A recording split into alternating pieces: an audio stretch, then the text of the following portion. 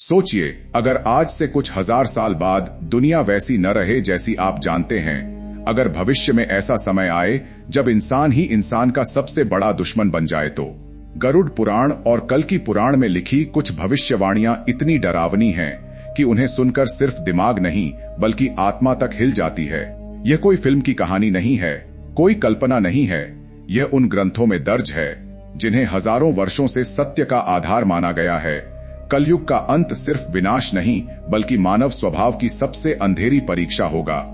आज के इस वीडियो में हम धीरे धीरे नहीं बल्कि सीधे उन भविष्यवाणियों में उतरेंगे जो बताती हैं कि कलयुग अपने अंतिम चरण में कैसा होगा।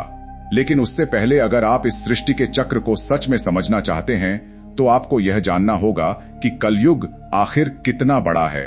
हिंदू शास्त्रों के अनुसार कलयुग की कुल आयु 4,32,000 वर्ष मानी गई है। यह विवरण भागवत पुराण, विष्णु पुराण और अन्य ग्रंथों में स्पष्ट रूप से मिलता है। कलयुग की शुरुआत महाभारत के युद्ध के बाद हुई थी जब द्वापर युग समाप्त हुआ। आज हम लगभग 5,000 वर्ष इस युग में जी चुके हैं और अभी भी लगभग 4,27,000 वर्ष बाकी हैं। लेकिन सवाल यह नहीं है कि समय कितना बचा है, बल्कि सवाल यह है कि इस समय में इंसान क्या बनता चला जाएगा। इन ग्रंथों में साफ लिखा है कि इंसान का व्यवहार कैसे बदलेगा, धर्म कैसे कमजोर पड़ेगा और वे कौन से संकेत होंगे जो कलयुग के अंत की घोषणा करेंगे। महाभारत के युद्ध के बाद जब धर्मराज युधिष्ठिर हस्तिनापुर के सिंहासन पर बैठे तो उनके मन में भी यही प्रश्न उठा कि सृष्टि का भविष्य क्या होगा। और यहीं से शुरू होती है एक ऐसी कथा जो आज भी उतनी ही प्रासंगिक है जितनी हजारों साल पहले थी। इसलिए वीडियो छोड़कर मत जाइए, क्योंकि आगे जो आने वाला है वह सिर्फ इतिहास नहीं बल्कि एक चेतावनी है। द्वापर युग अब अपने अंतिम चरण में पहुंच चुका था और चारों ओर ऐसे संकेत दिखने लगे थे जो आने वाले कलयुग की आहट दे रहे थे। और यही सोच धर्मराज युधिष्ठिर के मन को भीतर तक मथ रही थी कि आने वाला युग मानवता के साथ क्या करने वाला है। उन्हें यह चिंता सताने लगी कि क्या धर्म जीवित रहेगा, क्या सत्य का कोई मूल्य बचेगा और क्या मनुष्य अपने विवेक को संभाल पाएगा। इसी प्रश्न का उत्तर पाने के लिए युधिष्ठिर ने अपने चारों भ्राताओं भीम, अर्जुन, नकुल और सहदेव को एकत्र किया और निश्चय किया कि वे स्वयं श्री कृष्ण से मार्गदर्शन प्राप्त करेंगे। तभी अर्जुन, जो सदैव शस्त्र और शौर्य के लिए तत्पर रहते थे, शांत लेकिन दृढ़ स्वर में बोले कि हे अग्रज, आप इतने चिंतित क्यों प्रतीत हो रहे हैं? क्या किसी शत्रु ने हस्तिनापुर को चुनौती दी है?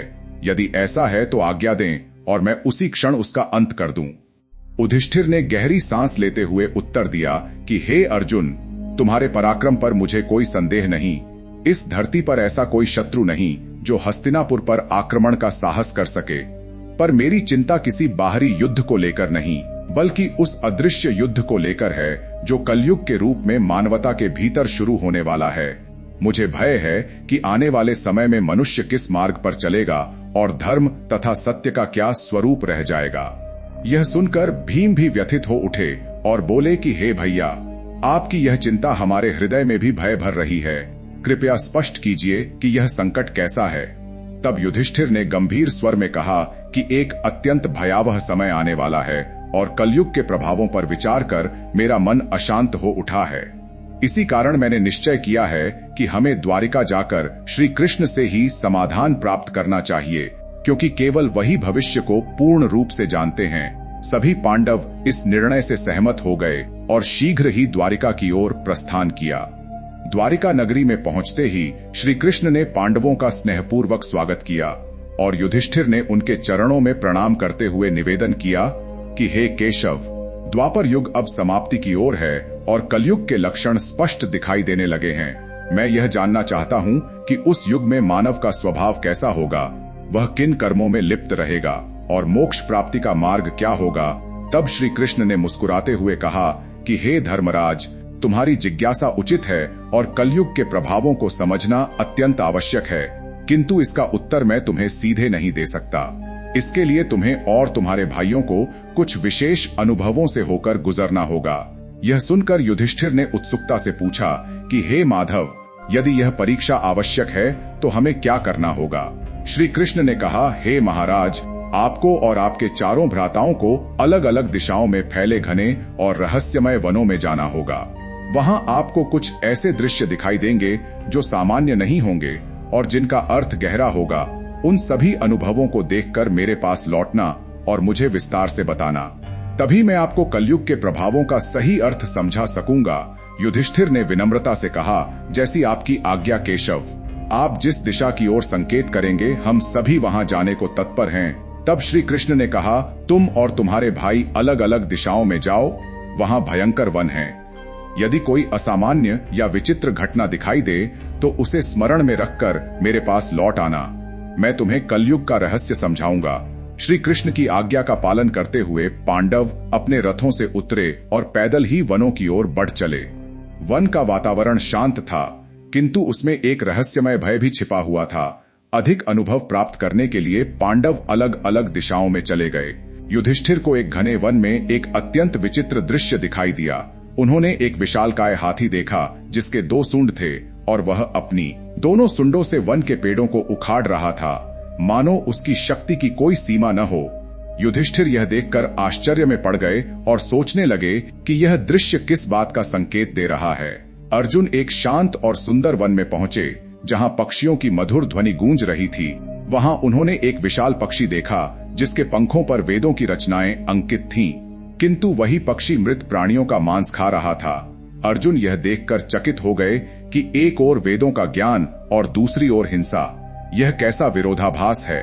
भीम एक हरे भरे चारागाह में पहुंचे जहां गायों का एक झुंड विचरण कर रहा था।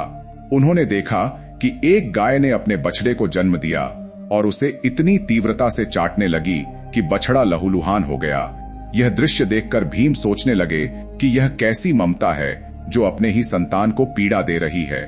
सहदेव एक शांत जलाशय के पास पहुंचे जहां 7 कुएं स्थित थे। 6 कुओं में जल भरा हुआ था, किंतु बीच में स्थित सबसे गहरा कुआं पूरी तरह सूखा पड़ा था। सहदेव इस दृश्य को देखकर उसके संकेत पर विचार करने लगे। नकुल एक पर्वतीय क्षेत्र में पहुंचे जहां ऊंचे पर्वतों पर हरे भरे वृक्ष खड़े थे। उन्होंने देखा कि एक विशाल शिला पहाड़ से लुढ़कती हुई नीचे आ रही थी और अपने मार्ग में बड़े बड़े वृक्षों को उखाड़ती जा रही थी, किंतु जैसे ही वह एक छोटे से पौधे के पास पहुंची वहीं रुक गई। यह दृश्य देखकर नकुल स्तब्ध रह गए।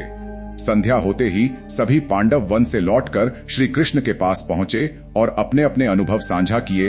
युधिष्ठिर ने कहा, हे प्रभु, मैंने एक ऐसे हाथी को देखा जिसकी 2 सूंड थीं। श्री कृष्ण ने मुस्कुराते हुए कहा, हे धर्मराज, यह संकेत है कि कलयुग में शासक दोनों ओर से शोषण करेंगे।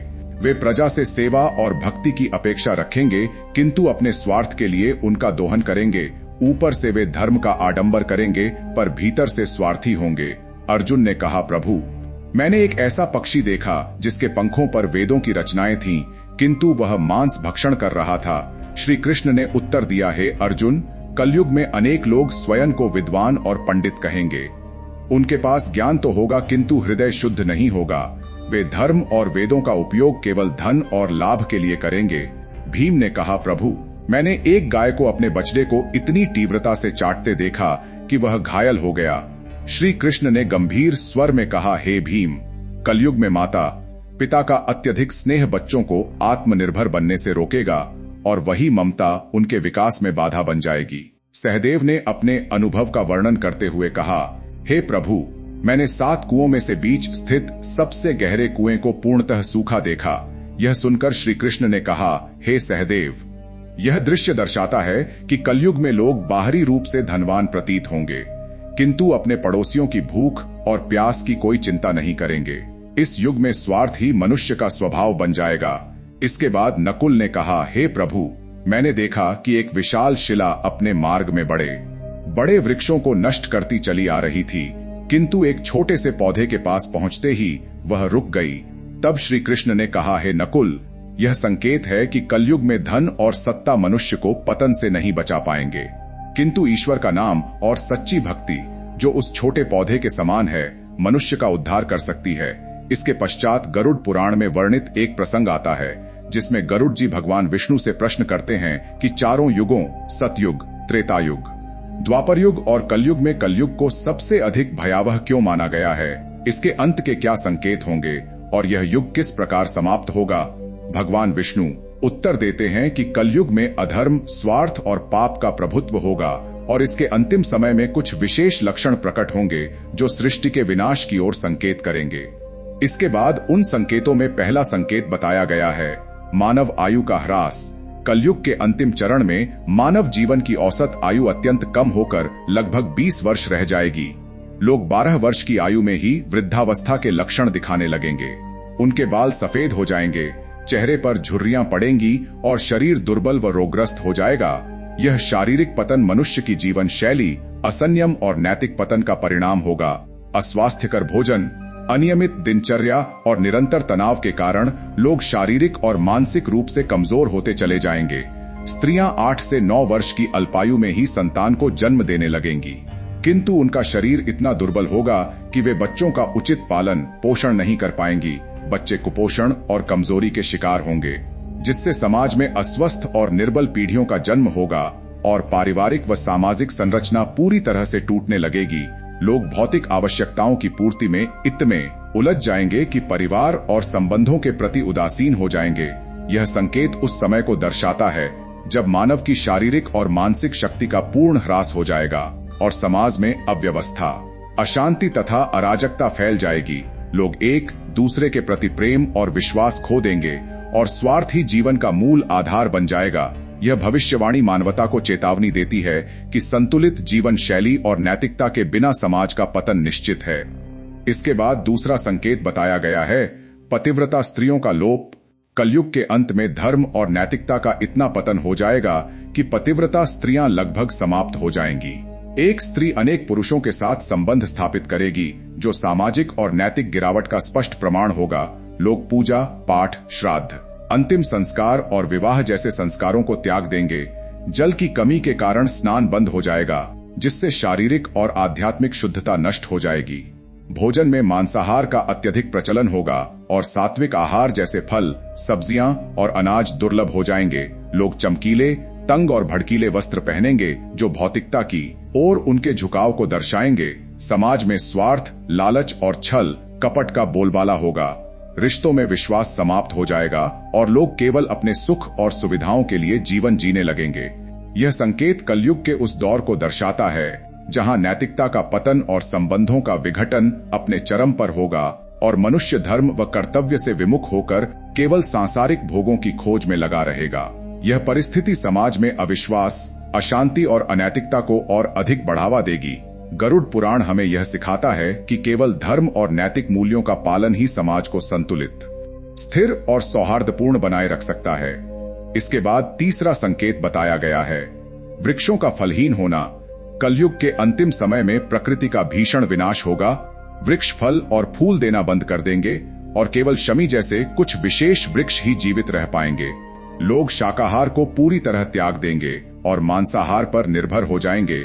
भोजन तामसिक, असंतुलित और रोग उत्पन्न करने वाला होगा, जिसके कारण मनुष्य अल्पायु में ही बीमारियों का शिकार हो जाएगा। गायों की पूजा समाप्त हो जाएगी और उन्हें केवल दूध और मांस के साधन के रूप में देखा जाएगा। यह संकेत प्रकृति के प्रति मानव की घोर उपेक्षा और अंधाधुंध दोहन का परिणाम है। वनों की अति कटाई, पर्यावरण प्रदूषण और प्राकृतिक संसाधनों के दुरुपयोग से प्रकृति का संतुलन पूरी तरह बिगड़ जाएगा। वृक्षों का फलहीन होना और संसाधनों का क्षय पर्यावरणीय संकट को और अधिक गहरा कर देगा।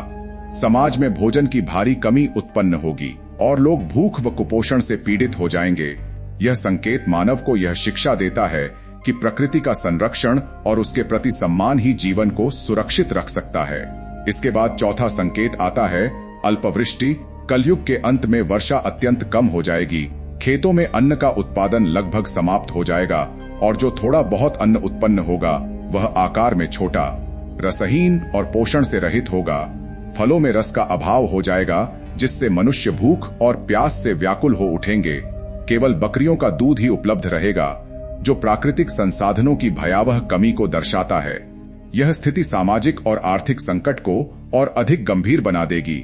लोग जीवन की मूलभूत आवश्यकताओं जैसे भोजन और जल के लिए संघर्ष करेंगे। कृषि और खेती से जुड़े सभी कार्य ठप हो जाएंगे, जिससे समाज में भूखमरी, अशांति और हिंसा फैल जाएगी। यह संकेत मानव की लापरवाही और पर्यावरणीय विनाश का प्रत्यक्ष परिणाम है। जो हमें संतुलित जीवन और प्रकृति की रक्षा का महत्व समझाता है। कलयुग के अंत का सबसे भयावह और अंतिम संकेत होगा 7 सूर्यों का उदय। भगवान विष्णु सूर्य किरणों में विराजमान होकर पृथ्वी का समस्त जल सोख लेंगे। 7 सूर्यों की प्रचंड उष्णता से संपूर्ण सृष्टि जलकर भस्म हो जाएगी। इसके पश्चात भगवान विष्णु रुद्र रूप धारण कर मेघों की उत्पत्ति करेंगे, जो लगातार 100 वर्षों तक भीषण वर्षा करेंगे। यह वर्षा संपूर्ण सृष्टि को जलमग्न कर देगी और संसार का पूर्ण अंत हो जाएगा। यह प्रलय सृष्टि के चक्र का अनिवार्य भाग है, जो संहार के बाद नई सृष्टि की भूमिका तैयार करता है। जब पाप और अधर्म अपनी चरम सीमा पर पहुंच जाएंगे, तब सृष्टि का अंत होना अवश्यंभावी हो जाएगा। यह संकेत हमें यह बोध कराता है कि सृष्टि का प्रत्येक चक्र किसी अंत के लिए नहीं, बल्कि एक नए आरंभ का द्वार खोलता है, और धर्म का पालन ही मनुष्य को इस अनंत प्रवाह में सकारात्मक भूमिका निभाने की शक्ति देता है। भगवान विष्णु ने गरुड़ जी से कहा कि यह विनाश केवल समाप्ति नहीं है, बल्कि एक नवीन और शुद्ध सृष्टि की आधारशिला है। जब वर्तमान सृष्टि पूर्ण रूप से लुप्त हो जाएगी, तब परमात्मा अपनी इच्छा से एक नई सृष्टि की रचना करेंगे। उस नई सृष्टि में धर्म, सत्य और आध्यात्मिक चेतना का पुनः उदय होगा, और केवल वही प्राणी उसमें स्थान प्राप्त कर सकेंगे जिन्होंने धर्म और सत्य के मार्ग को अपने जीवन का आधार बनाया होगा। यह दिव्य संदेश हमें यह प्रेरणा देता है कि चाहे परिस्थितियां कितनी ही कठिन क्यों न हों, सत्य और धर्म के पथ पर चलकर ही मनुष्य अपने जीवन को सार्थक और उद्देश्यपूर्ण बना सकता है।